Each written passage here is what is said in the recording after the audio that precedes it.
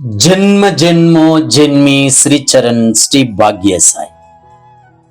அனைவருக்கும் சாய் சுப நமஸ்காரங்கள். நிலக்கோட்டையிலிருந்து சாய் உமேஷ்.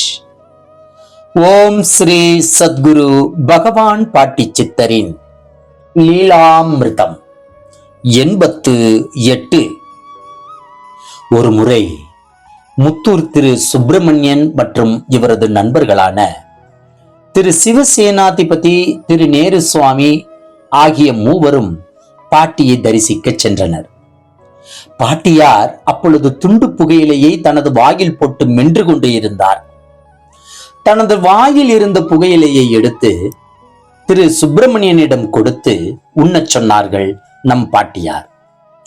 இவரும் சந்தோஷமாக சிறு துண்டுதானே என எண்ணி வாயிலிட்டு உண்டார். உண்ட சிறிது நேரத்தில் தலை சுற்றி கிருகிருவென ஆகிவிட்டது அவருக்கு. பின்னர் பாட்டி இவரை கடைக்கு சென்று இட்லி வாங்கி வர சொன்னார். இவரும் இட்லி வாங்கி கொடுத்தார்.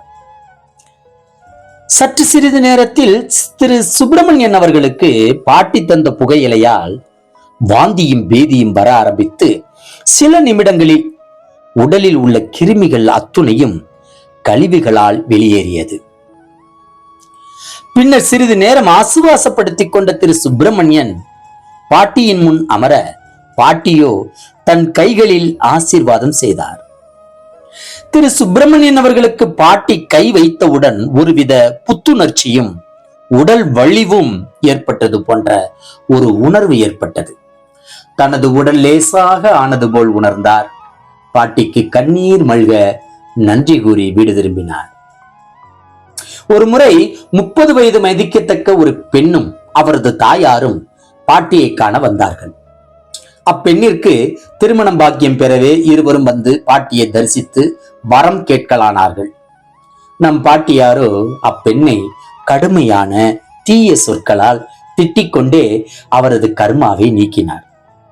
பின்னர் இருவருக்கும் நம் பாட்டியார் ஆசி நல்கி அனுப்பி வைத்தார்.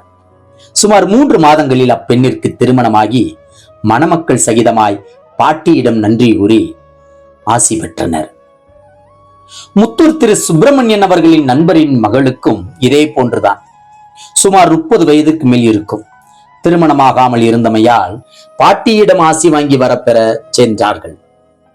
நம் பகவான் பாட்டியார், இவளுக்கு போலீஸ்காரன் கிடப்பான், அவளைத்தான் திருமணம் செய்வா என சத்திய வாக்கு மலர, அதேபோல் சில மாதங்களில் ஒரு போலீஸ் வரன் அமைய பெற்று திருமணம் சிறப்புற நடைபெற்றது.